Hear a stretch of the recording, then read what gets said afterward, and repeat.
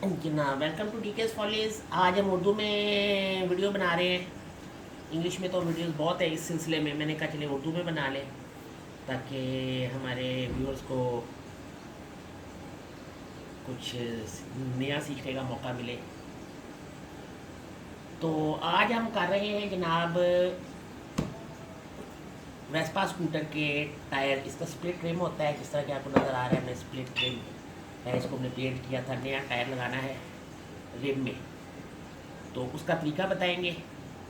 तो हम साथ साथ चलेंगे। तो पहले तो ये कि जी थोड़ा सा हमने किया हुआ था। तो ये टायर इस तरह आता है, इसके ऊपर कवर चढ़ा होता है, कवर उतारना होता है और इसके अंदर ट्यूब मौजूद होती है, लेकिन उसके अंदर हवा नहीं भरी होती। ये ट्यूब मौजूद है, इसके ऊपर ये जो वाइट वाइट है ये टेल्कम पाउडर है और हवा इसके अंदर, ये करीब से भी देख लें। तो कोई भी कंपनी हो सकती है, हमारे पास इस वक्त ये सर्विस की कंपनी है। कंपनी कोई भी हो सकती है, क्योंकि हम कंपनी का इश्तिहार नहीं बना रहे, ना हम किसी कंपनी के नुमाइंदे। लिहाजा कोई भी सर्विस होती है, मैं कोई भी कंपनी हो सकती है, मैं कंपनी के नाम के ऊपर हाथ रख देता हूँ। अच्छा, तो ये जो सादा वेस्पा या कॉमन वेस्पा है, उसका टायर का साइज़ होता है 350-8, यानी 3.5 इंच और 8 इंच। 3.5 इंच चौड़ाई टायर की, ये टायर कितना मोटा ये चौड़ा हो जाता है, और 8 इंच रिम डायामीटर, ये तकरीबन इतना होता है। ये अगर हम रिम के ऊपर देखें तो ये एक जो आप इस तरह बालिश बनाते हैं या गिट बनाते हैं, तो ये एग्जैक्ट 8 इंच के ऊपर ये यहाँ से यहाँ तक पहुँच जाती है। चलिए अब शुरू करते हैं। सबसे पहले जो हमने करना होता है, ये मैं कि जो रिम के अंदर ट्यूब, टायर के अंदर जो ट्यूब होती है उसके अंदर थोड़ी सी हवा भरनी होती है। ये मैंने थोड़ी सी हवा भरी हुई है, सिर्फ आपको मामूली सी हवा इसके अंदर भर के दिखाएंगे बस।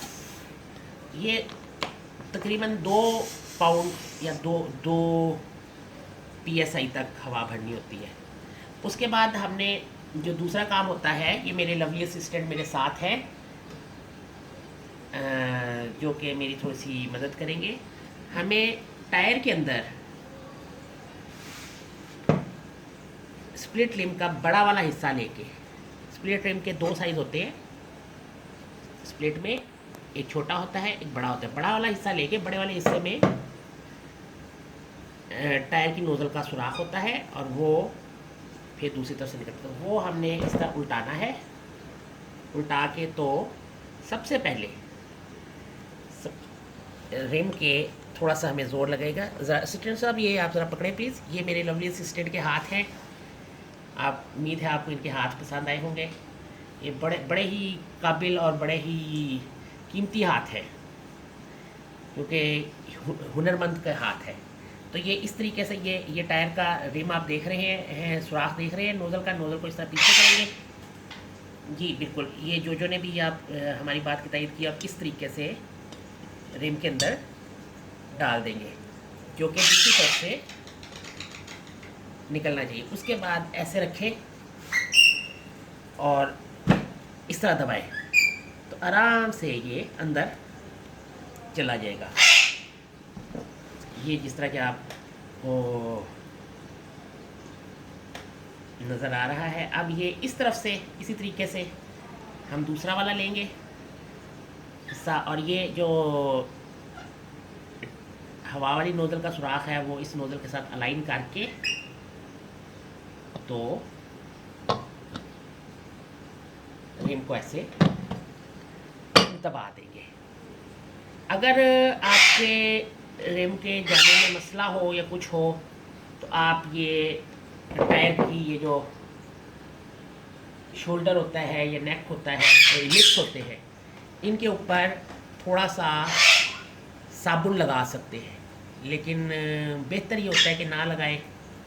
और अगर ज़्यादा ज़ोर हो तो आप इसको इसके ऊपर खड़े होकर भी इसको अंदर डाल सकते हैं। खैर हमारा तो हाथ के ज़ोर से ही अंदर चला गया। उसके बाद दूसरी तरफ जाते हैं। दूसरी तरफ जाते वक्त मैं आपको एक ख़ास बात बताता हूँ कि आपने जब टायर को बंद करना है, तो टायर को बंद करने वक्त सबसे पहले स्प्लिट वॉशर्स, इनको स्प्लिट वाशर भी कहते हैं, कड़ा वाशर भी कहते हैं और खड़ा वाशर भी कहते हैं, तो स्प्लिट वॉशर जो होती है, स्प्रिंग वॉशर भी कहते हैं इनको, स्प्लिट वॉशर, स्प्रिंग वॉशर, कड़ा वॉशर, खड़ा वॉशर, ये 4 इसके नाम होते हैं हमारे लोकल स्लैंग में।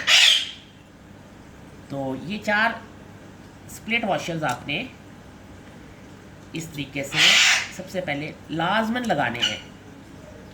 ये इस बात को यकीनी बनाते हैं कि आपका जो टायर है उसको जो हम पेच लगा रहे हैं वो सही तरीके से बंद भी हों और चलते वक्त थोड़ी बहुत वाइब्रेशन से ढीले होके उतरे भी ना। ये हमने सबसे पहले हाथ से टाइट किए हैं। ये आप देख रहे हैं कि मैं क्रॉस पैटर्न में या एक दूसरे के मद्दे मुकाबल लगा के तो ये नट लगा रहा हूँ। एक दूसरे के मद्दे मुकाबल करके नट लगाना जो होता है वो इसलिए अच्छा होता है कि इससे मुतवाज़ी तौर पे बंदिश होती है। तो ये हो गया और ये हमारा आखिरी हो गया। ये क्योंकि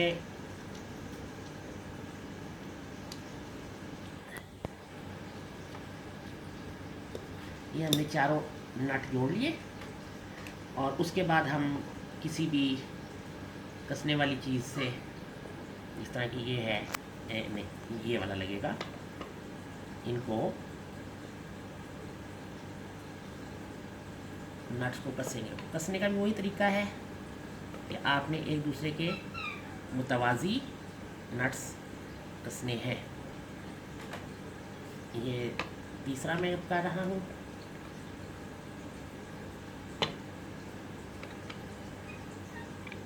और ये मैं चौथा नट कस रहा हूँ। तो जनाब ये 4 नट कसे गए। ये आपका नया टायर बमा रिम तैयार है। उम्मीद है आपने कुछ सीखा होगा और आपको पसंद आया होगा। लाइक और सब्सक्राइब ज़रूर कीजिएगा। Thank you very much for watching DK's Follies। Good bye.